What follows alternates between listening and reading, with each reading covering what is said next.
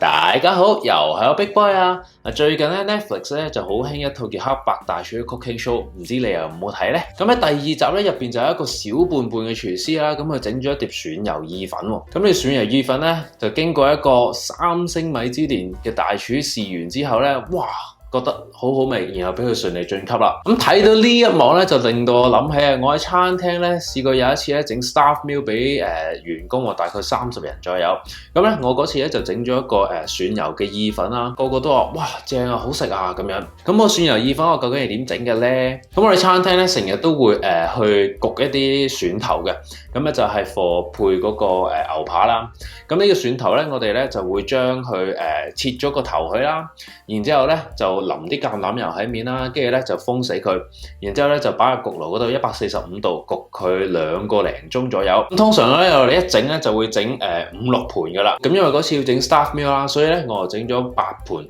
咁咧8盤係講緊每一盤咁大盤嘅，咁其中一盤咧，我又攞咗嚟做呢一個嘅蒜油意粉啦。咁少少題外話就係咧，嗰一次個 head chef 咧就見我整咁多咖喱啦，咁佢又好好人嘅，咁咧又幫我去拎嗰啲咖喱去個焗爐焗啦。因為我哋餐廳有2層，我哋焗咖喱咧通常都係要落下一層嘅，咁捧住8盤咧係超級辛苦，捧唔到嘅。基本上我一個人咧只可以捧到4盤嘅啫。咁嗰個 head chef 咧一手你企咗6盤，跟住然之後我見到佢，哇，好勁喎！咁佢唔係嗰啲好大隻嗰啲嘢咧，瘦瘦咁樣，佢比我大隻少少啦，但係即係同我身形差唔多咁嘅。咁我落到去啦，咁我問佢，哇，你點樣一捧捧6盤㗎？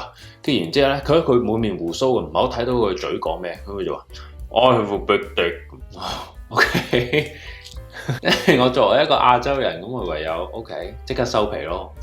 好啦，叫得做香蒜橄欖油意粉啊，當然就有呢個蒜頭啦、意粉啦，同埋橄欖油啊。講個意粉先，今次我用咧呢個就係linguine啦。咁咧喺呢個黑白大廚入邊咧，小胖胖廚師咧其實都係用linguine嘅。咁但係我覺得我呢隻咧就比較闊啲，似 fettuccine 多啲嘅。咁但係佢包裝寫 linguine，咁我信佢啦。煮嘅時間要煮幾耐咧？通常個包裝上面咧都會話俾你聽咧，佢suggest 係煮幾耐嘅。如果你買嗰隻 linguine，譬如佢上面嘅包裝建議你係煮7分鐘嘅，咁你咧就擺入水度煮3分半鐘啦，即係煮一半時間就夠噶啦。咁點解唔好跟個包裝係煮足嗰個時間咧？因為咧我哋做呢個蒜油意粉咧，最緊要咧就係令到嗰個意粉咧可以吸收到蒜油嘅味。我哋最重要一個步驟就係咧擺好晒嗰啲油啊、蒜啊同埋啲水落去之後咧，我哋咧就要將呢個咧未熟透嘅意粉擺埋落去呢個鑊入邊一齊煮佢1-2分鐘。咁樣咧就等個意粉咧可以喺嗰個鑊入邊咧吸收到蒜油嘅味，然後你整出嚟呢個蒜油意粉咧先至咧會夠香嘅。就係咁簡單啦。好啦，咁整之前咧，提大家記得 subscribe Big Boy Recipe 呢個 channel 啊。如果咧你有更加多嘅食譜想參考嘅話，歡迎瀏覽BigBoyRecipe.com。咁咧上邊咧就有唔同嘅菜式咧，可以俾大家參考嘅。好啦，講咗太多廢話啦，我哋即刻睇下咩材料先啦。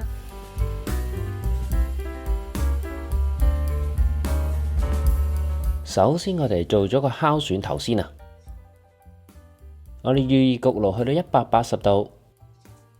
跟住咧，我準備咗2個蒜頭，咁咧我哋將呢個蒜頭嘅頂咧切走佢先，然之後咧原個擺喺錫紙上面，灑些少鹽，之後咧我放些少橄欖油上去啊，咁咧大概咧就係10 ml 左右，之後咧我哋可以包起個錫紙去。跟住咧就可以直接拎去焗爐入邊焗啦。焗呢個蒜頭咧最主要作用咧就係將佢甜味逼出嚟。你會發現咧咁樣做出嚟嗰個蒜油意粉咧係會香甜好多噶。咁我哋咧焗佢40至45分鐘左右。咁喺焗蒜頭嘅期間咧，我哋就可以切啲番西碎啦。我將啲番西葉拎晒出嚟，跟住咧捲起晒啲番西葉去，然後咧就可以剁碎晒佢啦。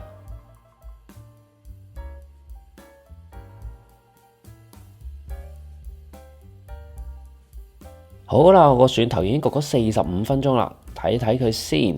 嗱，已經變到咧又焦糖化又腍啦，代表咧我哋呢個蒜頭咧已經完成噶啦。跟住咧我哋就可以直接將呢個蒜頭咧擠落去一個碗度，一路擠佢嘅時候已經聞到非常之香甜嘅蒜味啊！咁記住咧呢個蒜頭超級熱噶，擠出嚟嗰陣咧小心啲啦。其實如果大家要做呢個蒜頭呢，我建議咧可以再做多啲，因為咧除咗可以用嚟做呢個蒜油意粉之外咧，呢個蒜頭仲可以攞嚟做下蒜蓉包啊，又或者配牛扒咧都非常正嘅。咁擠好晒之後呢，我哋就可以用個叉咧壓爛晒佢。咁呢一個名副其實嘅蒜蓉呢，就會係我哋一陣間蒜油意粉嘅鐵膽啦。我哋煮滾一煲水啊，加些少鹽落去，然後就可以直接擺個意粉落去啦。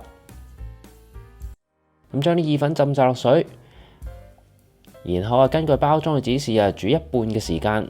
我呢個呢就煮4分鐘。煮好晒之後呢，就可以夾起晒啲意粉去瀝乾啲水。剩低意粉水一陣間會用噶。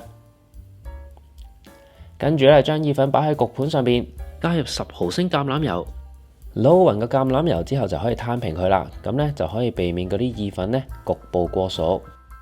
之後呢，吸一吸保鮮紙，咁呢用個餘溫呢將佢煮到 al dente， 擺埋一邊先，一陣再用。跟住我哋攞隻鑊開個中火，咁呢就落30ml橄欖油落去，然之後呢就可以將個蒜蓉呢擺晒入去啦。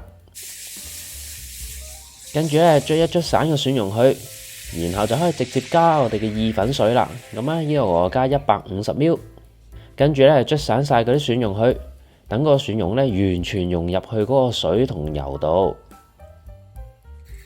煮佢1分鐘，等嗰啲蒜味呢可以完全融入啊。煮咗1分鐘，個汁都有少少結結地啦。之後呢，我哋就可以擺埋個意粉落去啦。跟住呢，我哋可以較大少少嘅火。咁將呢個意粉呢煮到佢收汁。通常落咗意粉之後呢，我就會將個爐呢較到最大火，咁樣呢就可以將嗰個意粉嘅澱粉質呢逼出嚟。咁你嗰個收汁過程呢就會快啲同埋完美啲噶啦。啲汁收得七七八八呢，就落埋個辣椒碎，同埋呢少少番西碎，咁樣撈一撈。仲有唔好唔記得就係鹽啊，撈勻晒佢。咁樣呢，我哋呢個蒜油意粉就完成噶啦。上碟咯，我將佢捲一捲佢先。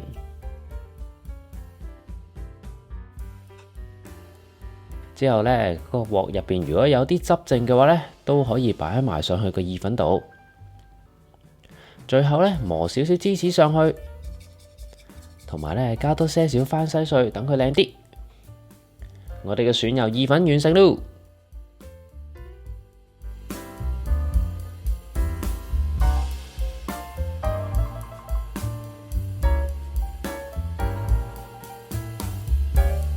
又到咗我最中意嘅試食環節啦！我中意呢種煮法呢，因為個意粉呢保持到一定程度嘅濕潤，唔會好似有啲蒜油意粉咁乾爭爭。食落呢有陣好香甜嘅味道。咁係因為呢，我哋將個蒜頭焗到焦糖化，至於個意粉呢口感啱啱好啊，保持到彈牙。真心推介呢個煮法俾大家。好啦，今日嘅影片又嚟到呢度啦，大家記得 like、comment 同 share。我哋下條片再見，拜拜。